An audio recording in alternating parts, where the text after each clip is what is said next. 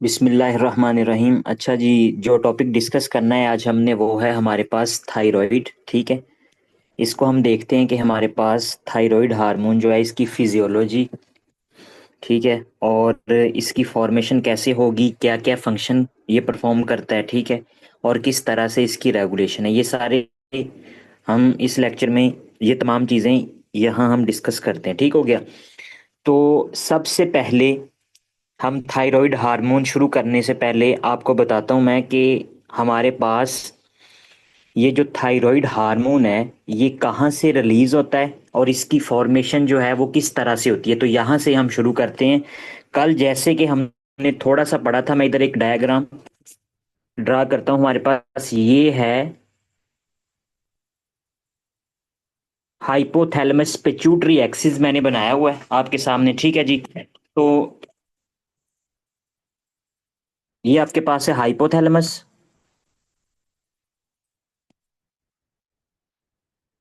उसके बाद हमारे पास ये वाला जो स्ट्रक्चर है ये है एंटीरियर पिट्यूटरी। तो एंटीरियर पिट्यूटरी में थायराइड हार्मोन के लिए हमारे पास स्पेसिफिक सेल यहाँ पे लाई कर रहे होते हैं जिनको हम कहते हैं थायरोट्रोफ्स। तो यहाँ पे आपके पास स्पेसिफिक सेल हैं जिधर से आपके पास थायराइड हार्मोन की सक्रीशन होती है। स्पेसिफिक टीएसएच यहाँ से रिलीज होता है जो कि आगे आपके पास थायराइड जो ग्लैंड है वहां पे जाके एक्ट करेगा और वहां से थायराइड को रिलीज करवाएगा। ठीक हो गया। तो ये हमारे पास एक हाइपोथैलेमस पिट्यूटरी एक्सिस है। इसको हम थोड़ा सा और एक्सप्लेन करते हैं कि ये किस तरह से काम करता है। तो हाइपोथैलेमस से आपके पास थायराइड हार्मोन के लिए एक स्पेसिफिक हार्मोन रिलीज होता है जिसको हम कहते हैं टीआरएच। ठीक है जी। Thyroid releasing hormone hypothalamus release करेगा और ये थायराइड रिलीजिंग हार्मोन आपके पास एंटीरियर पिट्यूटरी के पास आएगा और एंटीरियर पिट्यूटरी में हमारे पास ये जो सेल हैं इनका नाम होता है थायरोट्रोप्स। थायरोट्रोप सेल्स, ठीक है जी। थायरोट्रोप्स ये आपके पास सिग्नल रिसीव करते हैं, ठीक है, और आगे फिर आपके पास ये रिलीज करेंगे टीएसएच। और ये जब टीएसएच एंटीरियर पिट्यूटरी से रिलीज होगा तो ये आपके पास थायराइड हार्मोन आपके पास रिलीज करवाएगा। किधर जाके एक्ट करेगा? थायराइड ग्लैंड के ऊपर जाके ये एक्ट करेगा। ठीक है जी। यहां तक बात होगी। अब नेक्स्ट हम ये देखते हैं कि इसकी फॉर्मेशन जो है वो किस तरह से होती है। मतलब जब टीएसएच आ गया, टीएसएच आके थायराइड जो आपके पास ग्लैंड पड़ा है उसके रिसेप्टर के ऊपर आके जब लग गया तो आगे इसकी फॉर्मेशन ये कैसे करवाता है और आगे आपके पास T3 और T4 कैसे बनते हैं ये प्रोसेस हम देखते हैं अब। ठीक है, इसको हम डिस्कस करते हैं। तो आपके पास ये जो प्रोसेस होता है ये तीन स्टेप पे मुश्तमिल होता है। ठीक है, सबसे पहले हमारे पास जो प्रोसेस होता है इसमें वो आपके पास होगा आयोडीनेशन। आयोडीनेशन का प्रोसेस होगा। उसके बाद दूसरा जो आपके पास प्रोसेस होता है उसको हम कहते हैं ऑर्गेनिफिकेशन। ऑर्गेनिफिकेशन और थर्ड जो स्टेप होता है वो आपके पास होता है जिसको हम कहते हैं कपलिंग। कपलिंग, ठीक है जी। अब आयोडीनेशन हमारे पास ये जो प्रोसेस है ये क्यों होता है और इसकी क्या वजह है? हमारे पास आप सब लोग जानते हैं कि हमारे पास आयोडीन जो है, आयोडीन, आयोडीन हमारे पास ये मेन आपके पास आयोडीन जो है वो हमारे पास मेन कॉन्स्टिट्यूंट है जो कि आगे फर्दर आपके पास थायराइड की फॉर्मेशन करवाएगा। ठीक है, तो नेक्स्ट हम चलते हैं कि आयोडीन हमारे पास हम कहाँ से लेते हैं। तो आयोडीन हम लेते हैं डाइट से। ठीक है, डाइट से हम रिसीव करेंगे आयोडीन। ठीक है, और डाइट से रिसीव करने के बाद नेक्स्ट हम किस तरह से इसको यूटिलाइज करते हैं कि ये हमारी बॉडी में जाके थायराइड हार्मोन बनाता है। तो नेक्स्ट हम नेक्स्ट प्रोसेस आगे देखते हैं। तो यहाँ पे हमारे पास है ब्लड वेसल्स। ठीक है जी। उसके बाद यहाँ पे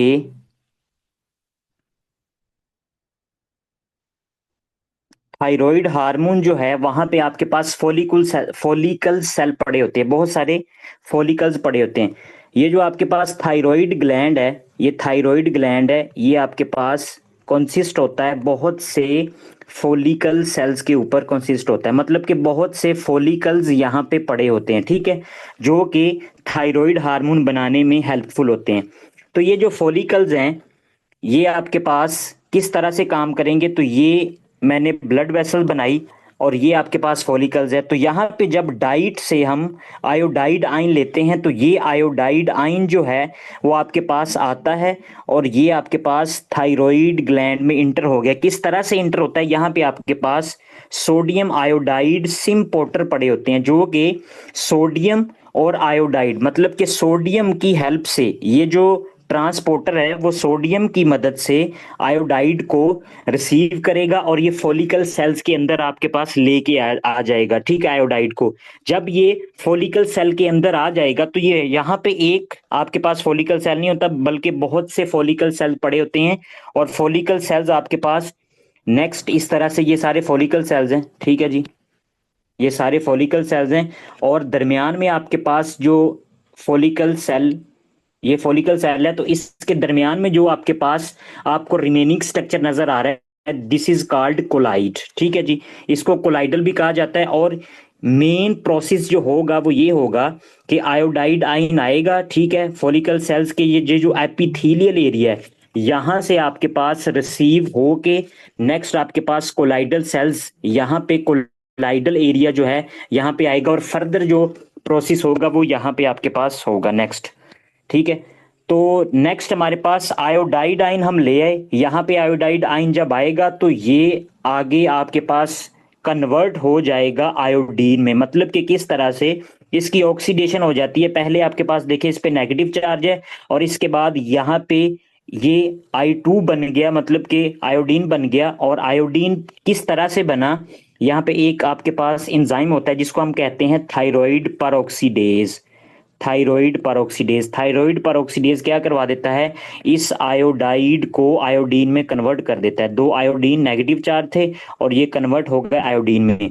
जब ये आयोडीन बन जाता है तो नेक्स्ट दोबारा से क्या होता है कि थायराइड परऑक्सीडेज का ही मेन काम है और ये आगे ऑर्गेनिफिकेशन करवाएगा। ऑर्गेनिफिकेशन इस तरह से होगी कि हमारे पास यहाँ पे कुल आपके पास एक प्रोटीन पड़ी होती है जिसका नाम है थायरोग्लोबुलिन प्रोटीन, ठीक है जी, इधर मैं बनाता हूं। ये आपके पास है थायरोग्लोबुलिन प्रोटीन, ठीक है। और थायरोग्लोबुलिन प्रोटीन कंसिस्ट होती है टायरोसिन मॉलिक्यूल्स के ऊपर, ठीक है, ये सारे टायरोसिन मॉलिक्यूल्स हैं, ठीक है जी, टायरोसिन मॉलिक्यूल्स हैं और ये थायरोग्लोबुलिन प्रोटीन है। ये कहाँ से बनती है, आपके पास जो फॉलिकल सेल्स हैं यही इनको सिक्रीट करते हैं, मतलब कि यहाँ पे आपके पास एंडोप्लाज्मिक रेटिकुलम में बनेगी, ठीक है, फिर फर्दर गोल्जी अपरेटस में फर्दर इसकी प्रोसेसिंग होगी और ये स्क्रीट हो जाएगी, यहाँ पे कोलाइड में आ जाएगी। जब ये यहाँ पे आ जाएगी तो ये कंसिस्ट कर रही है दो स्ट्रक्चर के ऊपर। जो ब्लैक आपको एरिया नजर आ रहा है दिस इज कॉल्ड थायरोग्लोबुलिन। मैं एक दफा लिख देता हूं यहाँ पे कि ये आपके पास है थायरोग्लोबुलिन, ठीक है। और इसके अलावा जो आपको ग्रीन नजर आ रहा है स्ट्रक्चर, तो ग्रीन स्ट्रक्चर जो है ये आपके पास है टायरोसिन, ठीक है जी, टायरोसिन। तो बहुत से टायरोसिन मॉलिक्यूल्स आपके पास थायरोग्लोबुलिन में अटैच होते हैं, ठीक है जी, यहां तक बात होगी। नेक्स्ट हम चलते हैं, तो नेक्स्ट हमारे पास ये बात है कि ये जो थायरोग्लोबुलिन का स्ट्रक्चर आपके पास पड़ा हुआ है और बाहर से हमने आयोडाइड को आयोडीन में कन्वर्ट किया है, ये आयोडीन इस थायरोग्लोबुलिन जो प्रोटीन है इसके ऊपर अटैच होगा, ठीक है। तो हम अटैच करते हैं, यहां पे हमने अटैच कर दिया आयोडीन, ठीक है जी, एक आयोडीन अटैच किया है और फर्दर नेक्स्ट टायरोसिन के ऊपर हमने दो आयोडीन अटैच किए हैं, ठीक है जी। यहाँ पे आप लोग देख सकते हैं कि पहले पे एक आयोडीन अटैच है और फर्दर मैंने दो आयोडीन अटैच कर दिए। नेक्स्ट फिर मैंने एक आयोडीन अटैच किया और नेक्स्ट फर्दर फिर दो आयोडीन अटैच किए हैं, ठीक हो गया जी। तो इस तरह से क्या होता है कि जब ऑक्सीडेशन होने के बाद फर्दर, पहला प्रोसेस था ऑक्सीडेशन, ऑक्सीडेशन होने के बाद जो आयोडाइन आयोडीन आपके पास है स्ट्रक्चर, सॉरी आयोडीन होता है वो थायरोग्लोबुलिन के ऊपर अटैच होता जाता है, ठीक है। अगर एक अटैच होगा और सॉरी कुछ टायरोसिन के साथ एक आयोडीन अटैच होगा और कुछ टायरोसिन के साथ दो अटैच होंगे। और ये जो अटैचमेंट होती है थायरोग्लोबुलिन के साथ आयोडीन की, this process is called organification. ठीक है, ये दूसरा प्रोसेस है जिसको हम कहते हैं ऑर्गेनिफिकेशन। तो ये आपके पास है ऑर्गेनिफिकेशन। ठीक है, तो मेन प्रोसेस जो आपको जिधर से जो चीज इंपॉर्टेंट है ना, वो मैं आपको नेक्स्ट बताता हूं कि ये बस आपको पता होना चाहिए कि किस तरह से प्रोसेस होता है, लेकिन जो एग्जामिनेशन पॉइंट ऑफ व्यू से मेन चीज है ना, वो मैं आपको एंड पे बताता हूँ कि कौन सी है। ठीक है जी, ओके हो गया। ऑर्गेनिफिकेशन होगी, ऑक्सीडेशन, ऑर्गेनिफिकेशन। नेक्स्ट प्रोसेस होता है जिसको हम कहते हैं कपलिंग, और कपलिंग के प्रोसेस में ये होता है कि ये आपके पास अब यहां पे वो स्ट्रक्चर टायरोसिन का जिसके साथ एक आयोडीन अटैच है, इसका नाम है MIT, मोनो आयोडोटायरोसिन। ठीक है जी, MIT, मोनो आयोडोटायरोसिन। एक आयोडीन अटैच है तो मोनो आयोडोटायरोसिन। जिस टायरोसिन के साथ दो आयोडीन अटैच है उसका नाम है DIT, डाई आयोडोटायरोसिन। अब नेक्स्ट प्रोसेस ये होता है कि फर्दर ये MIT और DIT आपस में कपल कर जाते हैं, आपस में कंबाइन हो जाते हैं, और इस प्रोसेस को कहते हैं कपलिंग। जब MIT और DIT आपस में अटैच होगा तो बनेगा T3, try iodo try iodo try iodothyronine. ठीक है जी। और जब आपके पास दो DIT मिलेंगे, मतलब कि यहां पे आपके पास एक टायरोसिन था जिसके साथ दो आयोडीन के एटम अटैच थे, आयोडीन, आयोडीन, और फिर दूसरा फिर इसके साथ दो हैं, तो ये आपके पास ये भी DIT है, DIT प्लस DIT। तो जब दो DIT आपस में कपल करेंगे तो ये जो बनाएंगे, नेक्स्ट आपके पास एंड प्रोडक्ट बनाएंगे, ये बनाएंगे T4। ठीक हो गया जी। तो इस तरह से आपके पास T3 और T4 की फॉर्मेशन इस तरह से होती है।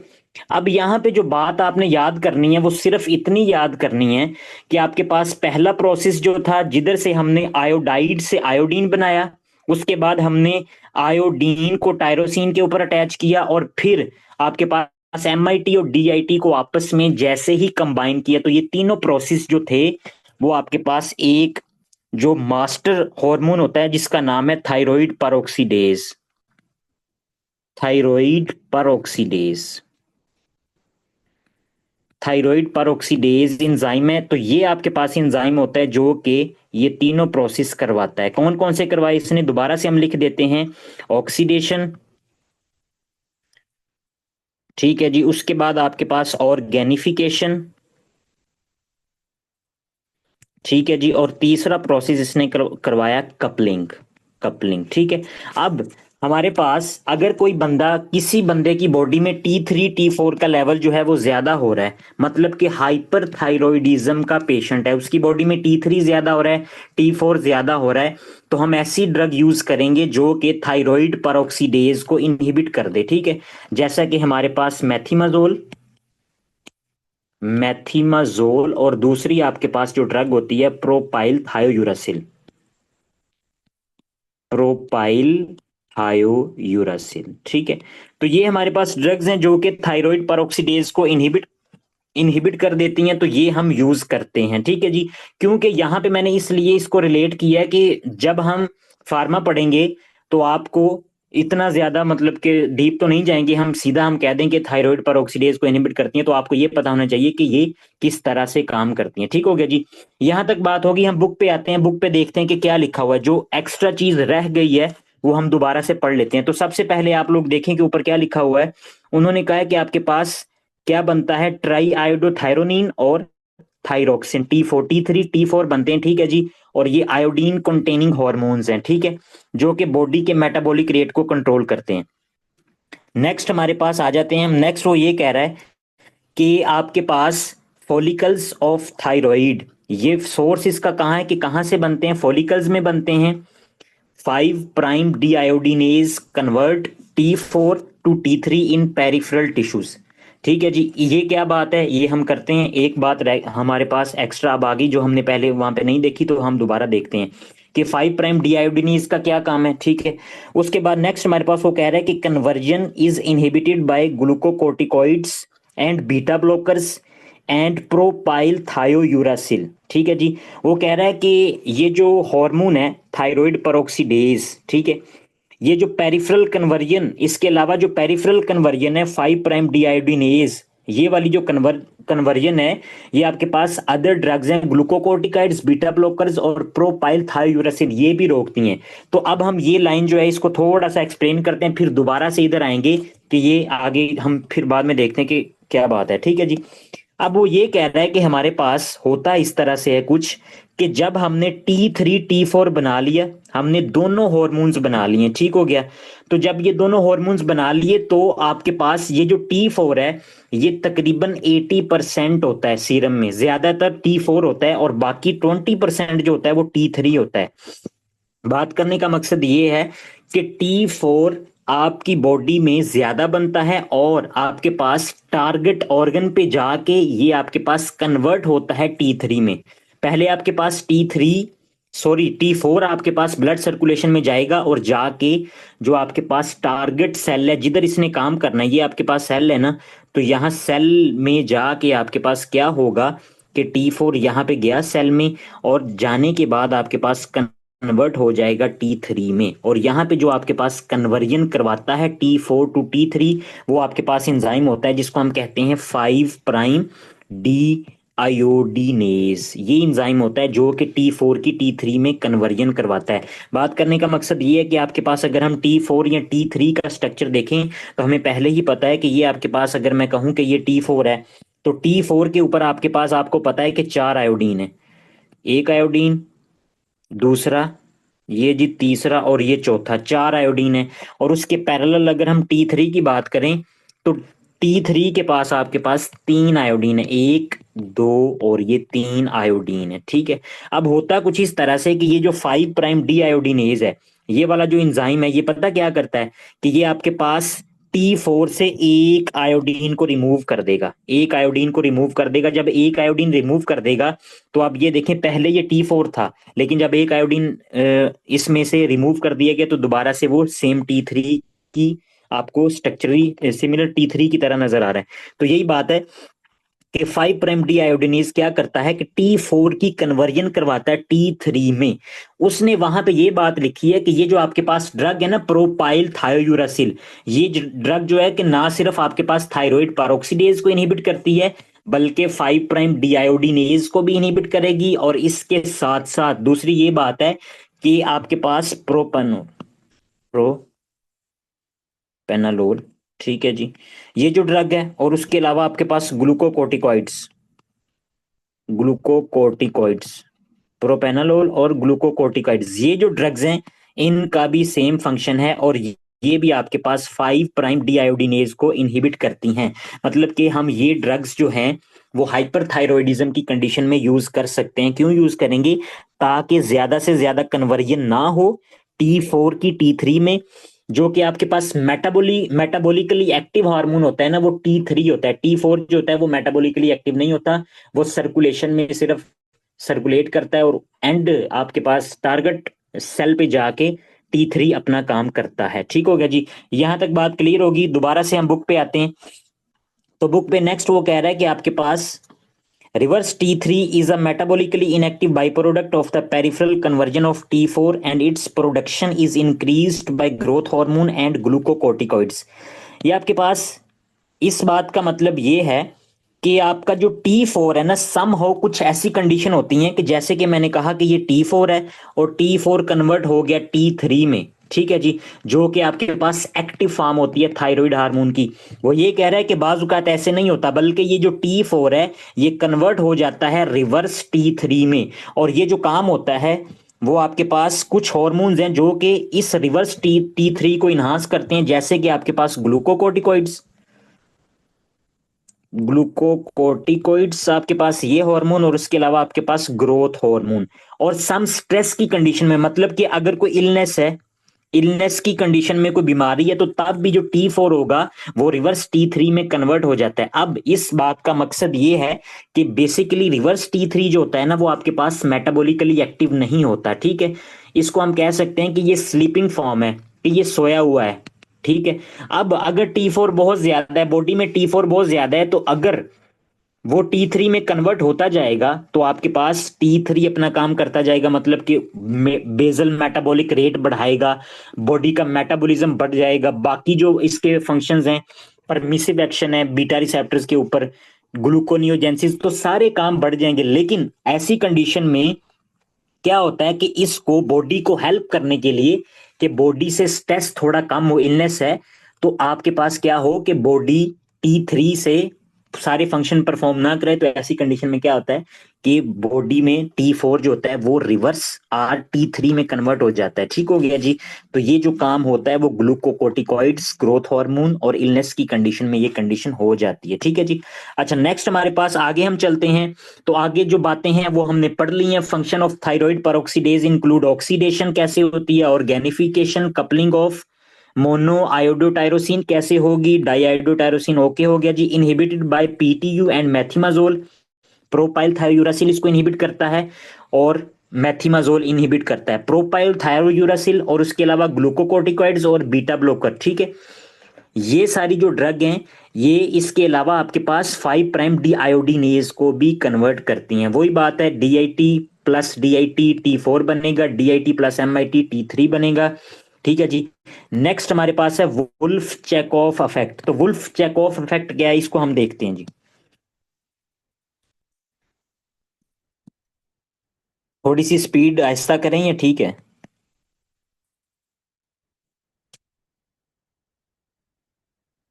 Wolff Chaikoff effect, Chaikoff effect, ठीक है। अब ये हमारे पास क्या इफेक्ट है, इसका मतलब ये है कि ये एज अ प्रोटेक्शन के तौर पे काम करता है बॉडी में। वुल्फ चेक ऑफ इफेक्ट क्या प्रोटेक्शन है कि हमारे पास अगर कोई बंदा आयोडाइड डाइट ज्यादा ले रहा है, वो ऐसा खाना खा रहा है जिसमें आयोडीन का लेवल ज्यादा है, तो आयोडीन का लेवल अगर ज्यादा है तो जाहिर बात है इसको यूटिलाइज करेगा, और आपके पास जो थायराइड के फॉलिकल्स हैं वो क्या करेंगे कि इससे से ज्यादा क्या बना देंगे, T3 T4 बना देंगे। लेकिन वुल्फ चेकऑफ इफेक्ट पैरामीटर के तौर पे काम करता है, प्रोटेक्शन के तौर पे। अगर ज्यादा से ज्यादा आयोडीन की कवरिंग आपके पास वो रिसीव हो रहा है, आपके थायराइड ग्लैंड को ज्यादा से ज्यादा आयोडीन अगर रिसीव हो रहा है, तो इसके रिस्पॉन्स में आपके पास ऑर्गेनिफिकेशन का जो प्रोसेस है, ऑर्गेनिफिकेशन, ये जो आपके पास प्रोसेस है इसको इनहिबिट कर दिया जाता है। ठीक है जी। ऑटोमेटिकली थायराइड क्या करता है कि ऑर्गेनिफिकेशन के प्रोसेस को आपके पास बंद कर देगा, स्टॉप कर देगा, तो जिसकी वजह से और ज्यादा T3 T4 नहीं बनेगा। अगर ये प्रोसेस ना हो तो आयोडीन जैसे डाइट में ज्यादा बंदा लेता रहे, तो उसके रिस्पॉन्स में ज्यादा से ज्यादा T4 T3 बनता जाए और बंदा पेशेंट जो है वो हाइपरथायरॉयडिज्म की कंडीशन में चला जाए। ठीक हो गया जी। तो यहां तक हमारे पास फॉर्मेशन भी हो गई है और हमने एक एक जो भी वर्ड था उसका मतलब हमें पता चल गया है। नेक्स्ट हमारे पास फंक्शंस की हम बात करते हैं। तो आपके पास brain maturation, bone growth, beta adrenergic effect, ठीक है जी, basal metabolic rate, blood sugar, breakdown of lipids and synthesis of surfactant, stimulate surfactant synthesis। तो ये सारे जो इसके फंक्शन है इसको हम डिस्कस करते हैं। सबसे पहले हम बात करते हैं कि what is basal metabolic rate, functions of functions, ठीक है जी। तो नेक्स्ट आ जाता है हमारे पास basal metabolic rate, basal metabolic rate, ठीक है।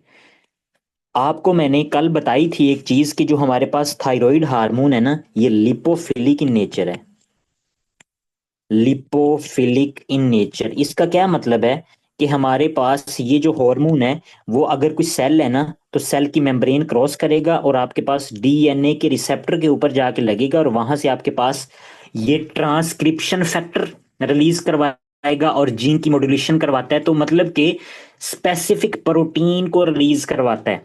ठीक है जी।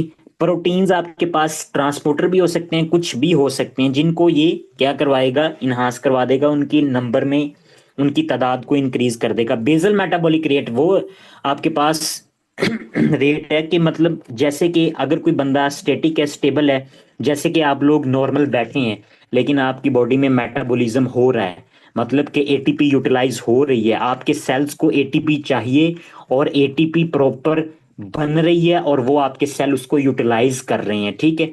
ये जो आपके पास प्रोसेस चल रहा है इसको बोलते हैं बेसल मेटाबॉलिक रेट, ठीक है। हमारे पास, हमें पता है कि हमारे पास सेलुलर रेस्पिरेशन की एक इक्वेशन है जिसको आप सब लोगों ने पढ़ा हुआ है कि हमारे पास क्या होता है, C6H12O6 प्लस 6O2, ठीक है।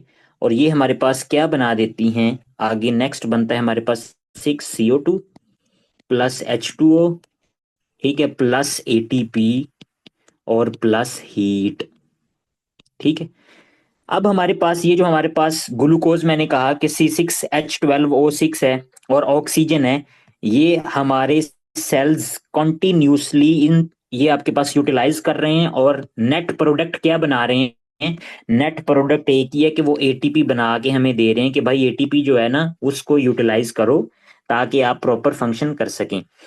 अब कोई ऐसी कंडीशन अगर हो जाए कि हमारे पास एटीपी की नीड बढ़ जाए, कि बॉडी में एटीपी की जरूरत बढ़ जाए, तो हमारे पास क्या होगा कि C6H12O6 इसको भी जाहिर बात है अगर प्रोडक्ट बनानी है तो जितना आप पुट ऑन करेंगे तो उतनी ज्यादा आप रिजल्ट ले सकेंगे ना।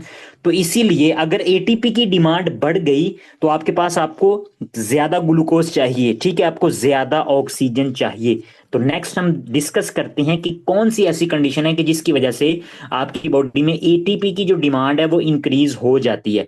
तो हमारे पास होता कुछ इस तरह से है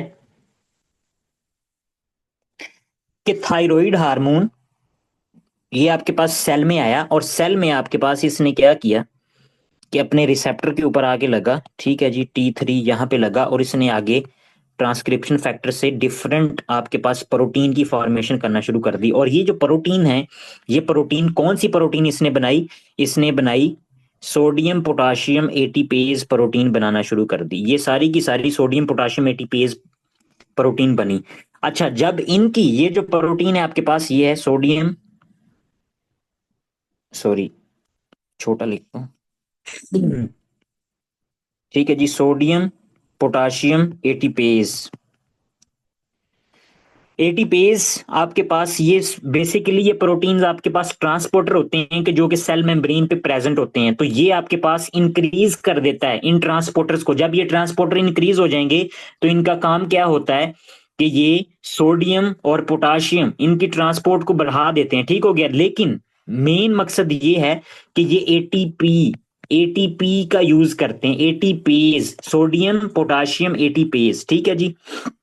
तो जब ये आपके पास इस ये काम करेंगे तो एटीपी यूटिलाइज होगी। अगर एटीपी यूटिलाइज होगी तो एटीपी का लेवल बॉडी में कम हो जाएगा। अगर एटीपी का लेवल बॉडी में कम हो रहा है तो एटीपी का लेवल कम होने की वजह से हमें तो एटीपी चाहिए, तो एटीपी कहां से फिर ये बनाएगा, ये आपके पास क्या करेगा कि रेस्पिरेशन, सेलुलर रेस्पिरेशन को इनहांस करेगा। तो किस तरह से इनहांस करेगा, हमें ग्लूकोज चाहिए, तो इसको कंपनसेशन करने के लिए हमारे पास जो लिपिड्स होते हैं ना, लिपिड्स, हमारे पास जो लिपिड्स हैं, ठीक है जी, लिपिड्स जो होते हैं, क्या करता है कि थायराइड T3 आपके पास इनको तोड़ेगा और यहां से आपके पास ट्राइग्लिसराइड है, ट्राइग्लिसराइड को तोड़ के दो चीजें बनाएगा, फ्री फैटी एसिड और प्लस इसके अलावा क्या होता है, ग्लिसरोल, ग्लिसरोल, ठीक है। और ये आपके पास जो ग्लिसरोल है, फ्री फैटी एसिड जो है, ये सारे आपके पास क्या होंगे कि लीवर में जाएंगे और लीवर में जाके आपके पास यहां से नेक्स्ट प्रोसेस होगा और इसको यूटिलाइज करके नेक्स्ट बनाएंगे ग्लूकोज, ग्लूकोज, ठीक है। और ये जो प्रोसेस हो गया इसको हमने कह दिया नॉन कार्बोहाइड्रेट सोर्स से ग्लूकोज बन रहा है तो ग्लूकोनियोजेनेसिस हो गई, ठीक है जी। और ग्लूकोनियोजेनेसिस से ग्लूकोज निकाला और ये ग्लूकोज जो है वो हमारे पास यहाँ पे यूटिलाइज हो रहा है। इसको एक और चीज को ऑक्सीजन को रिलेट कर लेते हैं कि ऑक्सीजन कहाँ से आएगी, तो रेस्पिरेटरी रेट जो होता है वो भी आपकी बॉडी का जो होता है वो इंक्रीज कर देता है। थायराइड कहता है कि ज्यादा से ज्यादा रेस्पिरेटरी रेट को इंक्रीज करो और ऑक्सीजन की इनहेलेशन को ज्यादा करो, ठीक है। तो रेस्पिरेटरी रेट भी बढ़ जाता है, ठीक है। अब दोबारा से हम फंक्शंस पे जाएंगे। जाने से पहले तीन चार जो फंक्शन है वो हमने एक ही चीज में उसको कंपाइल कर लिया कि किस तरह से वो परफॉर्म करता है। कि आपके पास जो सेलुलर रेस्पिरेशन है, ट्रांसपोर्टर को बढ़ा देगा, बढ़ाएगा, एटीपी आपके पास कम हो जाएगी। एटीपी को बढ़ाने के लिए हमारे पास क्या होगा कि हमें ग्लूकोज चाहिए, ग्लूकोज चाहिए और ग्लूकोज के साथ साथ ऑक्सीजन भी चाहिए। इन तमाम चीजों के दौरान एक चीज जो रह गई है, मिसिंग है, वो ये है कि यहाँ पे ऊपर मैंने छोटा सा लिखा हुआ है, एंड पे ये हीट लिखा हुआ है मैंने, हीट। तो ये जो प्रोसेस जब ज्यादा से ज्यादा होता है तो आपके पास बॉडी क्या करती है कि हीट की प्रोडक्शन करती है, ठीक है जी। हीट प्रोडक्शन, तो इसी वजह से जो आपके पास हाइपरथायरॉयडिज्म का पेशेंट होगा उसका वेट लॉस होगा, तो वो वेट लॉस के साथ मिलता है इसी वजह से। क्योंकि क्यों मिलता है वेट लॉस के साथ? क्योंकि वो आपके पास बेसल मेटाबॉलिक रेट इंक्रीज हो चुका होता है और ज्यादा से ज्यादा मेटाबॉलिज्म परफॉर्म होता है, जिसके नतीजे में बॉडी से हीट प्रोड्यूस होती है। यही वजह है कि हाइपर थायरॉइडिज्म,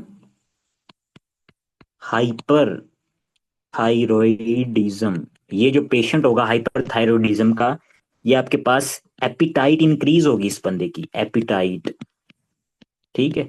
एपिटाइट इंक्रीज है, लेकिन उसके साथ साथ दूसरी बात यह है कि इसका वेट लॉस होगा। तो ये एक्सेप्शन होगी कि वो कहेगा मैं खाता बहुत हूं लेकिन मुझे लगता नहीं है, तो ये कॉमन सिम्टम हमें नजर आएगा, ठीक है। और अगर एमसीक्यूज में वो आपके पास सिनेरियो इस तरह का देता है कि बंदा बहुत खाता है लेकिन उसका वेट जो है वो लो कम है, वजन कम है, तो ये हमें हाइपरथायरॉयडिज्म की तरफ लेके जाता है, ठीक हो गया।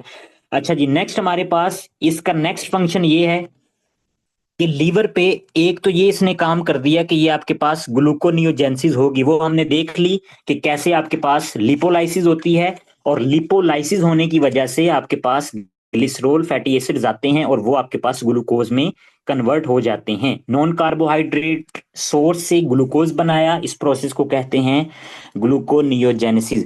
आपके पास जो लीवर है, लीवर में स्टोरेज फॉर्म ऑफ ग्लूकोज ये पड़ी होती है जिसको हम कहते हैं ग्लाइकोजन। तो क्या करता है कि थायराइड इस ग्लाइकोजन को तोड़ेगा और तोड़ के ग्लूकोज बना देगा, ठीक है। और इस प्रोसेस को कहते हैं ग्लाइकोजिनोलाइसिस।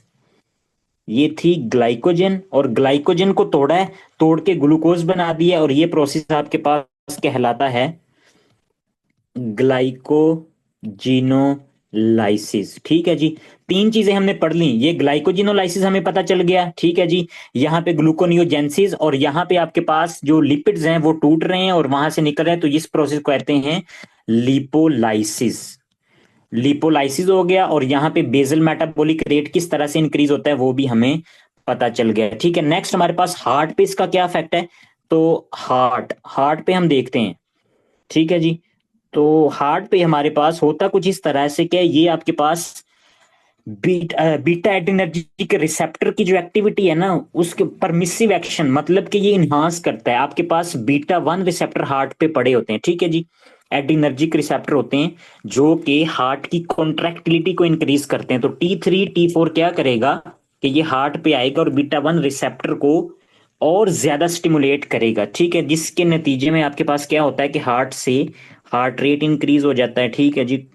कार्डिक आउटपुट बढ़ जाएगी, स्ट्रोक वॉल्यूम बढ़ जाएगा, तो ये सारे आपके पास इसके नतीजे में, मतलब कि हार्ट को भी ये इस तरह से इन्फ्लुएंस करता है। नेक्स्ट हमारे पास बात कर लेते हैं हम जीआईटी की।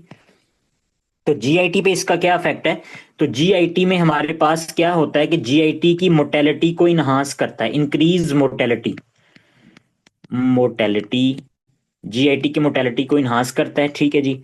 नेक्स्ट हमारे पास हम बात करते हैं ब्रेन की। ब्रेन पे इसका क्या इफेक्ट है, ब्रेन। तो ब्रेन पे इसका ये इफेक्ट है कि ये ब्रेन में हमारे पास जो सेल पड़े होते हैं ना, कि जैसे कि ये cell body dendrites, cell body, और ये आपके पास डेंड्राइट्स हैं, आगे आपके पास ये एक्सोन है और टर्मिनल एंड है, ठीक है, ये टर्मिनल एंड है।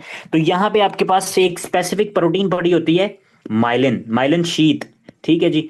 तो माइलिन प्रोटीन आपके पास ये माइलिन प्रोटीन की फॉर्मेशन को बढ़ा देता है। ठीक हो गया जी।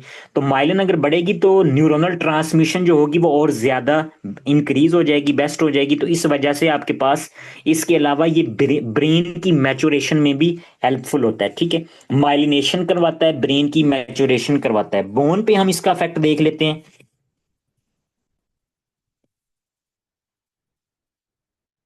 बोन, तो बोन में हमारे पास ये मेंटेन करता है, मतलब कि हमारे पास बोन्स पे ओस्टियोक्लास्ट और ओस्टियोब्लास्ट सेल होते हैं। ओस्टियोक्लास्ट और ओस्टियोब्लास्ट, ठीक है। ये दो किस्म के सेल होते हैं। ये आपके पास ब्लास्ट सेल फॉर्मेशन के लिए रिस्पॉन्सिबल होते हैं, फॉर्मेशन ऑफ बोन्स। और ओस्टियोक्लास्ट जो होते हैं ये आपके पास टर्नओवर, मतलब कि जो आपके पास सेल्स जो होते हैं वो एज्ड हो जाते हैं, उनको दोबारा से ये रिन्यू करते हैं, मतलब कि ये बोन को ब्रेक डाउन करवाते हैं, ब्रेक डाउन। ठीक है। लेकिन ये आपके पास जो थायराइड हार्मोन होता है ना, इसका ये काम होता है कि ये आपका जो बोन्स है ना, उनमें आपके पास ओस्टियोब्लास्ट और ओस्टियोक्लास्ट की एक्टिविटी को मेंटेन रखता है, बैलेंस रखता है। ठीक है। तो इसके अलावा आपके पास ये बोन की ग्रोथ में हेल्पफुल होता है। ठीक है। लेकिन अगर कोई ऐसी कंडीशन होगी कि आपके पास हाइपरथायरॉयडिज्म की कंडीशन होगी, तो ये ज्यादातर ब्रेकडाउन की तरफ जाता है, बोन्स की ब्रेकडाउन में। ये आपके पास ब्रेकडाउन के प्रोसेस को इंक्रीज कर देगा। नॉर्मली ये इसको बैलेंस रखता है, मतलब नॉर्मल लेवल है ना किसी बंदे की बॉडी में, तो ये बैलेंस रहेगा। अगर फ्लक्चुएशन आएगी तो उसके नतीजे में आपके पास बोन का टर्नओवर ज्यादा हो सकता है, बोन टूट सकती हैं। ठीक हो गया। सर्फेक्टेंट की मैचुरेशन भी करवाता है। दोबारा से हम आते हैं तो हम फंक्शन देखते हैं कि कौन सा फंक्शन जो रह गया है। ब्रेन मैचुरेशन हमने पढ़ लिया, बोन ग्रोथ हमारे पास हमें समझ आ गई है। Beta adrenergic effect, beta one receptor in the heart, cardiac output, heart rate, stroke volume, contractility, ये सारी बातें हो गई हैं। उसके अलावा बेजल मेटाबॉलिक रेट विया sodium potassium ATPase increase O2 consumption, respiratory rate बढ़ेगा, बॉडी टेम्परेचर बढ़ जाएगा, सारी बातें हो गई हैं। ब्लड शुगर बढ़ेगी किस तरह से, ग्लाइकोजिनोलाइसिस भी करवाएगा, ग्लाइकोजन को तोड़ेगा, और ग्लूकोनियोजेंसिस भी होगी, और break down of lipid, lipolysis भी होगी। एंड पे उन्होंने लिखा हुआ है कि बेबीज में सर्फेक्टेंट की फॉर्मेशन को भी बढ़ाता है, सर्फेक्टेंट की, सॉरी, उसकी जो प्रोडक्शन होती है ना, सर्फेक्टेंट, वो भी इन्हांस कर देता है। ठीक, अच्छा जी। तो फंक्शंस जो हैं वो ऑलमोस्ट कंप्लीट हो गए। ठीक है। रेगुलेशन की हम बात करते हैं कि किस तरह से हमारे पास थायराइड हार्मोन जो है ना, वो बॉडी में किस तरह से मूव करता है। ठीक है जी। और उसके अलावा हमारे पास कौन कौन से फैक्टर्स हैं जो कि अफेक्ट करते हैं थायराइड हार्मोन को, बढ़ाते हैं, इसकी सिक्रीशन को इंक्रीज करेंगे, और कौन से फैक्टर हैं जो कि इसकी सिक्रीशंस को कम करेंगे। ठीक है। तो सबसे पहले हमारे पास यहाँ पे अगर हम देखें तो वो ये कह रहा है कि TRH, थायराइड रिलीजिंग हार्मोन जो है, वो TSH को रिलीज करवाता है। ठीक है।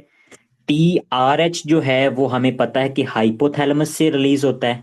TRH जो है वो आपके पास हाइपोथैलेमस से रिलीज होता है, और TSH जो है वो एंटीरियर पेचुटरी से रिलीज होता है। इसके बाद अगर हम बात करें तो ये किस चीज को जाके स्टिमुलेट करते हैं, तो हमारे पास फॉलिकुलर सेल्स को जाके ये स्टिमुलेट करते हैं। तो ये आपके पास जो वर्ड है ना, इसका ये मतलब है। ये जो बात लिखी हुई है ना उसने, थायराइड स्टिमुलेटिंग इम्यूनोग्लोबुलिन्स TSI में स्टिमुलेट फॉलिकुलर सेल्स इन ग्रेव डिजीज, ये हमारा कल का टॉपिक है, तो कल हम देखेंगे कि हमारे पास ये क्या मतलब है। वैसे ये इम्यूनोग्लोबुलिन्स ऑटो एंटीबॉडीज बन जाती हैं जो कि उसको इनहांस कर देती हैं, ये छोड़ दें आप। नेक्स्ट हमारे पास, नेक्स्ट वो ये कह रहा है कि हमारे पास नेगेटिव फीडबैक जो है वो किस तरह से काम करता है। और एंटीरियर पिट्यूटरी जो है, जब नेगेटिव फीडबैक आएगा तो वो लेस सेंसिटिविटी टू TRH, तो जब नेगेटिव फीडबैक आएगा तो वो TRH के लिए लेस रिस्पॉन्सिव हो जाता है। इस बात का क्या मकसद है अभी देखते हैं हम। और हाइपोथैलेमस जो है वो डिक्रीज TRH सिक्रीशन जो है, थायराइड रिलीजिंग हार्मोन की सिक्रीशन जो है वो कम कर देता है। तो यहाँ पे हम देखते हैं थोड़ी सी ये क्या बात उन्होंने की। उन्होंने कहा कि जैसे ये आपके पास ये जो डायग्राम है, इसको आपने देखना है, ये वाली जो है, ये इसको आपके पास हाइपोथैलेमस से जो हार्मोन रिलीज होता है, जैसे कि मैंने आपको बताया था कि कौन सा हार्मोन रिलीज होता है, TRH, thyroid releasing hormone release होता है, और वो आपके पास आके एंटीरियर पिट्यूटरी को कहेगा कि भाई तू टीएसएच रिलीज कर, और टीएसएच आगे आपके पास T3 T4 बनाते हैं, और जैसे बनाते हैं वो हमने देख लिया। अब अगर किसी बंदे की बॉडी में T3 T4 ज्यादा हो रहा है ब्लड में, तो ये नेगेटिव फीडबैक देंगे। तो जब नेगेटिव फीडबैक देंगे, ये ऊपर नेगेटिव फीडबैक कि मेरे पास T3 बहुत ज्यादा हो चुका है, तो पीछे से टीएसएच को कम करो। तो जब टीएसएच को ये नेगेटिव फीडबैक जाता है ना, तो उसने ये लिखा हुआ है कि जब यहां से रिस्पॉन्स जाता है, तो ये जो टीआरएच का रिस्पॉन्स होता है ना, ये ऊपर से जो इसको सिक्रीट करवा रहा होता है, ये लेस सेंसिटिविटी इसके इसका रिस्पॉन्स कम कर देता है। मतलब कि ये नहीं मानता इसकी बात। अब एंटीरियर पिट्यूटरी कहता है कि मुझे नेगेटिव रिस्पॉन्स आ रहा है, तू बेशक मुझे टीआरएच, बेशक तू मुझे कह रहा है कि मैं नेक्स्ट आगे टीएसएच रिलीज करूं, लेकिन वो इसकी सेंसिटिविटी को कम कर देता है, इस T3 नेगेटिव रिस्पॉन्स की सेंसिटिविटी को बढ़ा देता है। और सेम ये जो नेगेटिव फीडबैक है, ये सिर्फ एंटीरियर पिट्यूटरी पे नहीं जाता, बल्कि इसके बाद आपके पास हाइपोथैलेमस में भी जाता है, और हाइपोथैलेमस को भी कहता है कि इनहिबिट हो जा, और तू फर्दर टीआरएच जो है वो स्क्रीट ना कर। ठीक हो गया जी, ये बात थी जो यहां तक हमने देख ली है। नेक्स्ट हमारे पास थायरोक्सिन बाइंडिंग ग्लोबुलिन। ये जो बात है, ये दो लाइनें जो हैं ये थोड़ी सी समझने वाली हैं, इसको हम डिस्कस करते हैं। तो हमारे पास दोबारा से मैं लिखता हूं कि हमारे पास ये जो थायराइड हार्मोन होता है, ये लिपोफिलिक इन नेचर होता है। ठीक है जी, लिपोफिलिक इन नेचर। ये ब्लड में आपके पास कोई कैरियर ट्रांसपोर्टर प्रोटीन की मदद से ट्रांसपोर्ट करता है, क्योंकि लिपिड इन नेचर होता है, ब्लड में वैसे ये सर्कुलेट नहीं कर सकता। ठीक हो गया। इस वजह से अकॉर्डिंग टू दिस नेचर, इसकी इस खासियत की वजह से हमारे पास लीवर जो है वो स्पेसिफिक प्रोटीन रिलीज करता है, जिसको हम कहते हैं टीबीजी, थायराइड ग्लोबुलिन प्रोटीन। ठीक हो गया जी, थायराइड ग्लोबुलिन प्रोटीन। अच्छा, ये जो आपके पास thyroid binding globulin, TBG thyroid binding globulin, थोड़ी सॉरी मैं करेक्शन करता हूं, ये थायराइड बाइंडिंग ग्लोबुलिन है। ठीक है। अच्छा, अब ये जैसे जैसे T4 T3 का लेवल आपके पास सर्कुलेशन में था, तो ये क्या करवाता है कि ये आपके पास लीवर को कहता है कि तू टीबीजी को बढ़ा दे। अब ये टीबीजी बढ़ेगी, तो ये जो T3 है या T4 है, T4 होता है ना, तो ये टारगेट टिश्यू पे जाके T3 में कन्वर्ट होता है। तो ये टीबीजी जो है ना, ये इसको लेके सर्कुलेशन में फिर रहा होता है। ये सर्कुलेशन है, सॉरी सर्कुलेशन हम रेड से बनाते हैं, कि आपके पास जो सर्कुलेशन है, ये सर्कुलेशन है, तो ये आपके पास टीबीजी T4 को सर्कुलेट करवा रहा होता है। ठीक हो गया, यहां तक बात होगी। अब उसने ये बात की है कि अगर किसी बंदे की बॉडी में thyroxine binding globulin TBG bind most T3 T4 in the blood, ये बाइंड कर लेती है, और बाउंड T3 T4 जो है वो इनएक्टिव है। ठीक हो गया जी। उसके अलावा वो कह रहा है कि टीबीजी जो है वो प्रेगनेंसी ओसीपी, अगर कोई बंदा फीमेल प्रेग्नेंट है और ओसीपीज यूज कर रही है, या उसकी वो आपके पास ओसीपी यूज करेगी, इन दोनों कंडीशन में, प्रेगनेंसी में भी और ओसीपीज, ओसीपीज भी आपके पास ईस्ट्रोजन ही होता है। ठीक है, बाहर से ईस्ट्रोजन दिया जाता है। ठीक है जी। तो अगर ईस्ट्रोजन का लेवल ज्यादा होगा तो ये टीबीजी को बढ़ा देगा, अगर टीबीजी बढ़ा देगा तो टोटल T3 T4 भी बढ़ जाएगा। तो ये बात किस तरह से होती है, इसको हम देखते हैं। यहां तक हमें पता चल गया कि लिपोफिलिक की नेचर है, T4 जो होगा वो टीबीजी को बढ़ा देगा। इसके अलावा उसने कहा कि ईस्ट्रोजन, ईस्ट्रोजन जो है वो भी आपके पास टीबीजी के लेवल को बढ़ा देती है। ठीक है जी। अब हम ये देखेंगे कि अगर ये टीबीजी बढ़ गई है, तो फ्री T3 T4 का लेवल जो है वो बॉडी में किस तरह से बढ़ेगा। फ्री T3 T4 वो होगा, एक तो हमारे पास ये है ना T4 है, फ्री वो वाला होगा जो अनबाउंड होगा। फ्री T4 जो इसके साथ बाउंड नहीं है, अनबाउंड है, वो टीबीजी के साथ नहीं लगा हुआ। ठीक है, वो होगा आपके पास फ्री T4। लेकिन टीबीजी के पास आपके पास क्या होता है कि इसके पास एफिनिटी बहुत ज्यादा होती है। एफिनिटी है कि जैसे ही ये आपके पास सर्कल में आएगी, जैसे ही ये मैदान में उतरेगी, तो क्या करेगी कि ये सारे के सारे T4 को अपने साथ बाउंड कर लेगी, और फ्री T4 जो होगा वो कम रह जाएगा। ठीक है जी। लेकिन अगर आपके पास क्या हुआ कि टीबीजी टीबीजी का लेवल अगर बढ़ गया, ठीक है, कैसे बढ़ा वो हमने देख लिया कि ईस्ट्रोजन है या ओसीपीज ले रही है। तो अगर टीबीजी का लेवल बढ़ा है तो आपके पास क्या होगा कि बाउंड T4 जो होगा। अच्छा, हम बात ये कर रहे थे कि हमारे पास टीबीजी जो है वो आपके पास अफिनिटी रखती है कि वो T4 को अपने साथ बाउंड कर लेती है। लेकिन अगर आपके पास बॉडी में टीबीजी का लेवल, थायरोक्सिन बाइंडिंग ग्लोबुलिन का लेवल बढ़ जाएगा तो ये आपके पास फ्री T4 को भी बढ़ा देगा। वो इस तरह से, क्योंकि जब आपके पास टीबीजी ज्यादा होगा तो बाउंड T4 जो होगा वो आपके पास, सॉरी, आपके पास T4 जो होगा वो सारी का सारा बाउंड हो जाएगा।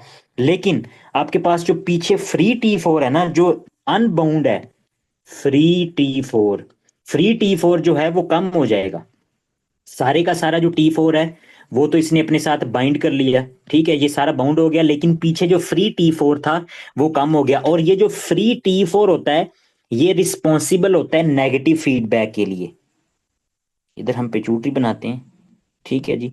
तो यहां पे आपके पास जो फ्री T4, ये जो फ्री T4 है ना, T4 जो फ्री फॉर्म में है, अगर इसका लेवल कम हो गया तो ये नेगेटिव फीडबैक से क्या करेगा, एंटीरियर पिट्यूटरी को कहेगा कि भाई बॉडी में T3 T4 नहीं है तो तू बना। तो ये क्या करेगा, ये यहां से कहेगा कि TSH के लेवल को बढ़ाया जाए, ठीक हो गया। तो इसने इसको इन्हांस किया और ये इस तरह से इधर भी जाके एक सिग्नल देगा कि TRH को लेवल को ज्यादा करो। जब डिक्रीज फ्री T4 जब ये कम हुआ तो इसने क्या करवाया, इसने इंक्रीज TSH करवा दिया। ठीक है, कैसे करवाया, क्योंकि जब ये कम होगा तो नेगेटिव फीडबैक से पीछे एंटीरियर पिट्यूटरी में TSH का लेवल बढ़ जाएगा। तो जब TSH का लेवल बढ़ा तो TSH बढ़ने की वजह से आगे इसने T4 के T3 के लेवल को बढ़ा दिया, मतलब कि ज्यादा से ज्यादा फॉर्मेशन करना शुरू कर दी। जब T4 की ज्यादा से ज्यादा फॉर्मेशन करना शुरू कर दी तो नेक्स्ट एंड प्रोडक्ट क्या हो गई कि आपके पास T4 का लेवल बढ़ गया। तो इस तरह से आपके पास अगर कोई फीमेल जो प्रेग्नेंट है, ठीक है, या ओसीपीज ले रही है तो उसकी बॉडी में ईस्ट्रोजन का लेवल ज्यादा होगा। तो ईस्ट्रोजन का लेवल ज्यादा होने की वजह से टीबीजी ज्यादा हो जाएगा। टीबीजी ज्यादा होने की वजह से वो T4 को अपने साथ बाइंड कर लेगा, बाउंडेड T4 हो जाएगा और पीछे फ्री वाला बहुत कम रह जाएगा। जब बहुत कम रह जाएगा तो वो दोबारा से TSH को इन्हांस करवाएगा ताकि ज्यादा से ज्यादा T4 जो है वो बन सके। दोबारा से हम आते हैं कि ये क्या बात थी। यहाँ पे आप लोग देख सकते हैं कि उसने लिखा हुआ है कि increase, sorry, increase TBG in pregnancy और ओसीपीज, क्योंकि और ईस्ट्रोजन की वजह से। और टीबीजी जो है अगर वो आपके पास ज्यादा हो गया तो वो इंक्रीज टोटल T3 और T4। यहां तक हो गया क्लियर। उसके बाद नेक्स्ट हमारे पास डिक्रीज टीबीजी इन स्टीरॉइड यूज और नेफ्रोटिक सिंड्रोम। नेफ्रोटिक सिंड्रोम किस किस को पता है कि क्या होता है? नेफ्रोटिक सिंड्रोम आपके पास,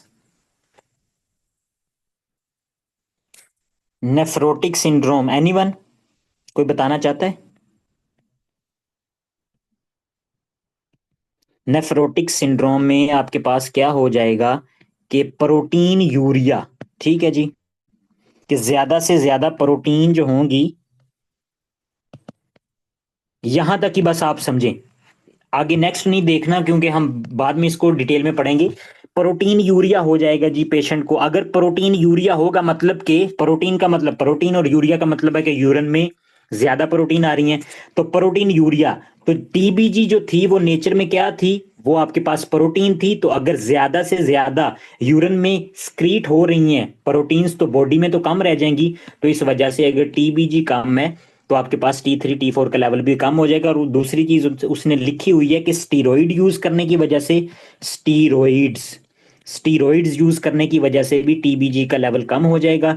और टीबीजी का लेवल अगर कम होगा तो सेम वही बात है कि T3 T4 भी कम हो जाएंगे। सेम वही मैकेनिज्म है, यही आपने रखना है। क्योंकि टीबीजी कम है तो बाउंड T4 नहीं होगा, फ्री T4, बाउंडेड T4 नहीं होगा। टीबीजी का लेवल कम है ना तो बाउंडेड T4 भी नहीं होगा, सारे का सारा खाली पड़ा होगा, T4 फ्री फॉर्म में पड़ा होगा सीरम में। तो जब ज्यादा पड़ा होगा तो पीछे से वो TSH को क्या करेगा, इनहिबिट रखेगा कि भाई तू TSH तू ना, मैं पहले ही बहुत ज्यादा हूं। तो इस वजह से स्टीरॉइड और प्रोटीन यूरिया, ये मैंने आपको बता दिया कि प्रोटीन यूरिया में क्या होता है कि आपके पास ज्यादा से ज्यादा आपकी जो नेफ्रॉन्स होते हैं ना उनकी पैथोलॉजी हो जाती है, पोडोसाइट्स मेनली इन्वॉल्व होते हैं नेफ्रोटिक सिंड्रोम में। तो जिसकी वजह से आपके पास proteinuria more than 3.5 milligram, ठीक है, इससे ज्यादा आना शुरू हो जाता है प्रोटीन यूरिन में। तो जिसकी वजह से टीबीजी बॉडी से निकल जाएंगी। स्टीरॉइड्स, स्टीरॉइड्स का मैं बता देता हूँ आपको कि स्टीरॉइड्स की वजह से क्यों होगा, कि जैसे कि हमने कल पढ़ा था कि जैसे ग्लूकोज ग्रोथ हार्मोन को इनहिबिट कर रही थी, इसी तरह से सेम आपके पास जो स्टीरॉइड्स होते हैं ना, स्टीरॉइड्स, स्टीरॉइड्स का सेम काम है कि वो एंटीरियर पेट्यूटरी को डायरेक्ट इनहिबिट करते हैं कि तूने आगे टीएसएच को रिलीज नहीं होने देना। और टीएसएच अगर रिलीज नहीं होगा तो जाहिर बात है कि नेक्स्ट आपके पास फर्दर जो होगा T3 T4 नहीं बनेगा, और T3 T4 ही जाके लीवर को कहते थे कि तू टीबीजी बना, मतलब कि टीएसएच नहीं आएगा, आगे T3 T4 भी नहीं बनेंगे, और यही तो लीवर को कहते थे कि भाई आप आगे क्या बनाएं, थायरोक्सिन बाइंडिंग ग्लोबुलिन। और इसके अलावा दूसरा स्टीरॉइड का ये फंक्शन होता है कि ये जो लीवर है ना, तो लीवर की आपके पास प्रोटीन सिंथेसिस को ये रोक देता है, प्रोटीन सिंथेसिस को इनहिबिट कर देता है, जिसकी वजह से टीबीजी प्रोटीन ही नेचर है, जिसकी वजह से टीबीजी का लेवल कम हो जाता है। ठीक है, तो टीबीजी कम हो जाती है। नेक्स्ट वो ये कह रहा है T3 T4 lipophilic hormone which charge amino acid and require specific transporter to diffuse into the cell, facilitated diffusion. ठीक हो गया, ये वही बात है कि लिपोफिलिक की नेचर होते हैं और ट्रांसपोर्टर जो है मतलब कि स्पेसिफिक ट्रांसपोर्टर इनको चाहिए डिफ्यूज होने के लिए सेल में। और बाकी जो ट्रांसपोर्टर प्रोटीन है वो मैंने आपको बता दी है कि आपके पास थायरोक्सिन ग्लोबुलिन प्रोटीन होती है। ठीक है, यहां तक हमने आज पढ़ लिया है सारा, और अब हम आते हैं पीछे